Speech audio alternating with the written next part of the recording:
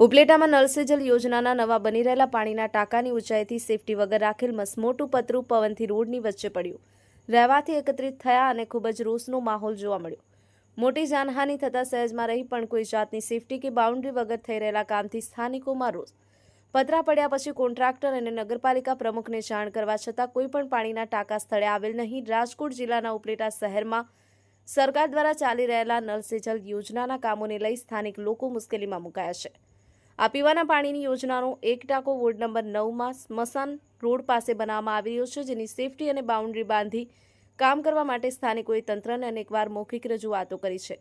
તેમ છતાં આવા જોખમી કામમાં તંત્ર દ્વારા કોઈ પણ જાતનું ધ્યાન દોરવામાં આવતું ન હોવાથી આજે મોટો અકસ્માત તથા સહેજમાં રહી ગયો હતો, જેમાં ટાંકાની ખૂબ જ ઊંચાઈથી એક લોખંડનું પતરું પવનની ગતિ સાથે ઉડી અને રોડ વચ્ચે પડ્યું હતું।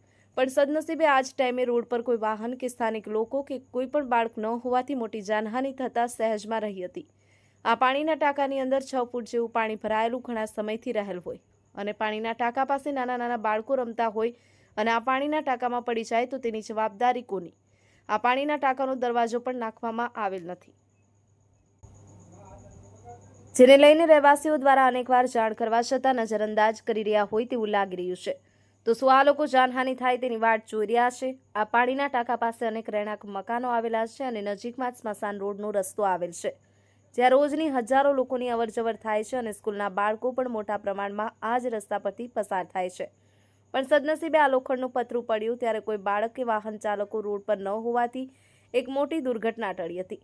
ત્યારે સ્થાનિકોના હજુ ભયનો માહોલ છવાયો છે અને તંત્રને આવા જોખમી કામમાં ખૂબ જ સેફટી રાખી કામ કરવા અને તંત્રને પણ ટાંકાની ફરતે બાઉન્ડ્રી બાંધી કામ કરવા રજૂઆતો કરવામાં આવી હતી।